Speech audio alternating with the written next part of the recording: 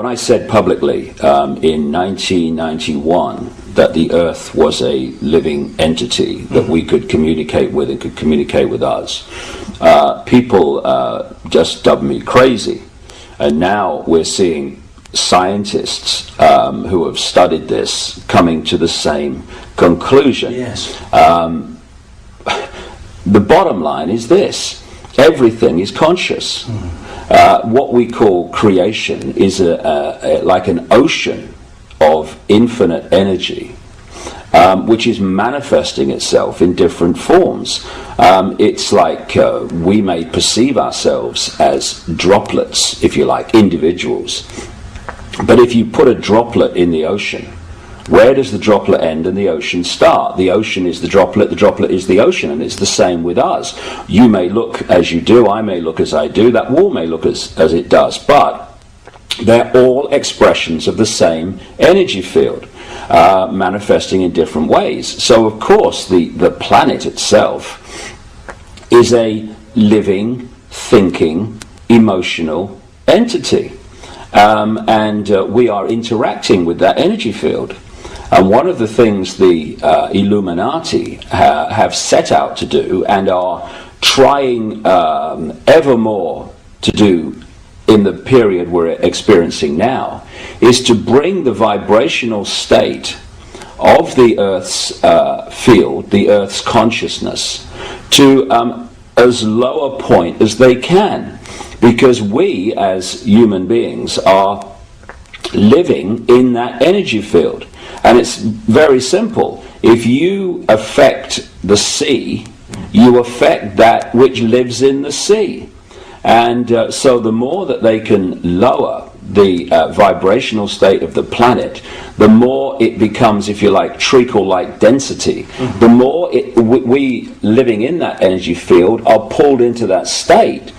And when you have the wars and the environmental destruction and all these things that cause tremendous negative emotional energy, then you are lowering the vibrational state of the planet, you're lowering the vibrational state of the people. And you're basically holding them in a vibrational prison, which makes it much more difficult, not impossible, but much more difficult for them to hold connection out into the infinite beyond, where they can be in this world, but not of it in terms of their perspective of reality.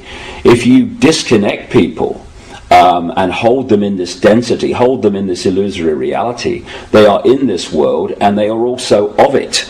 And therefore, the only information that they have to get a fix on how they see life themselves and reality in general is through the eyes and the ears.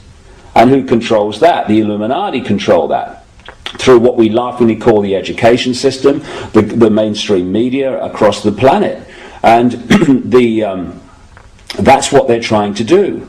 They're trying to disconnect us from multidimensional infinity so that we don't see the world from that perspective and therefore see through the illusion and see through the nonsense and see through the lies. And then once they've disconnected people, they then program this lower level of our consciousness with a reality that suits them.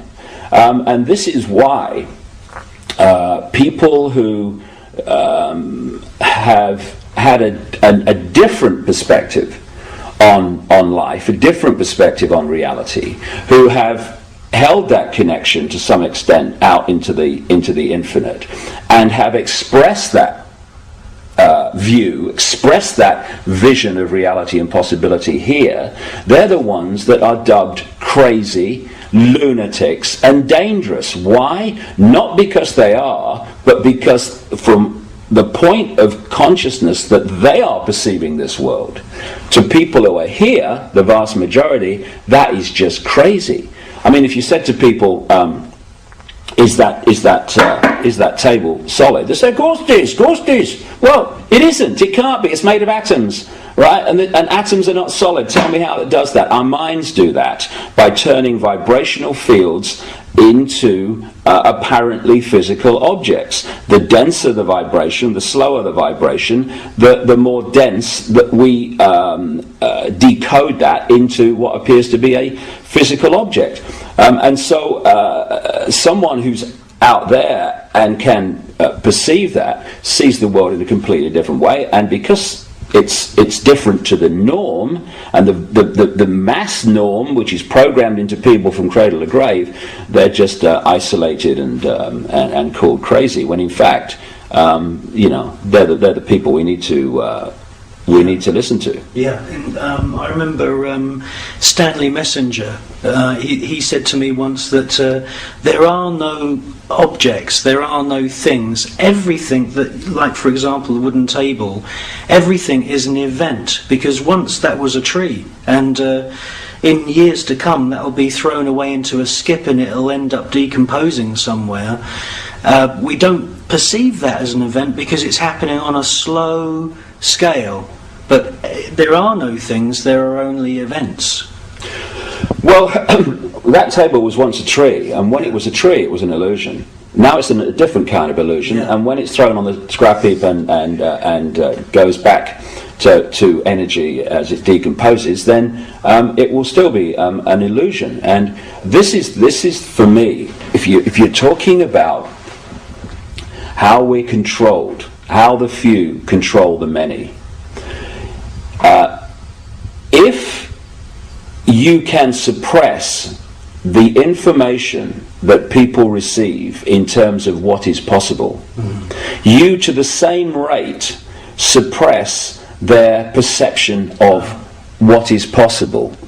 Okay, now once you have accepted that what we're told is possible is how it is, then you're living in a box that big.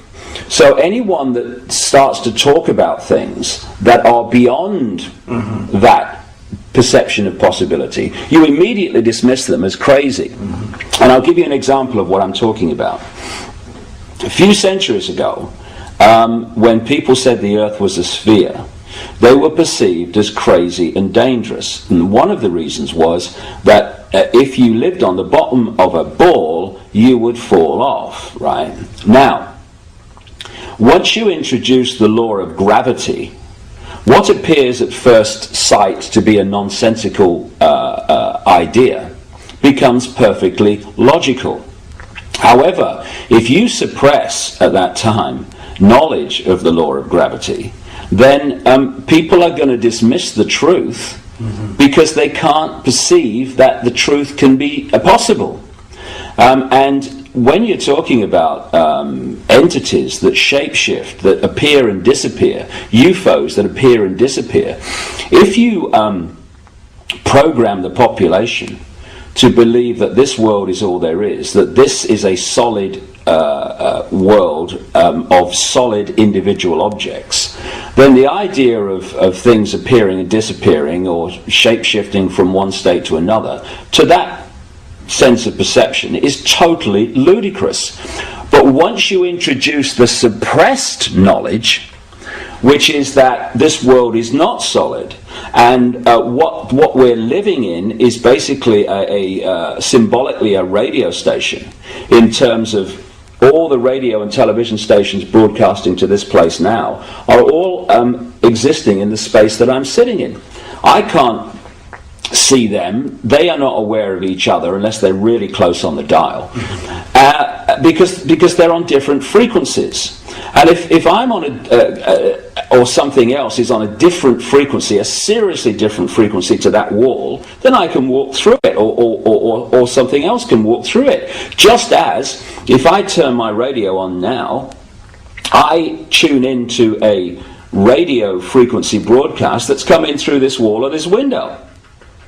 And so this reality that we think is so solid and all that there is actually like a radio station. And this physical body, this holographic illusion, locks us in, tunes us in like a radio to this radio station, to this reality.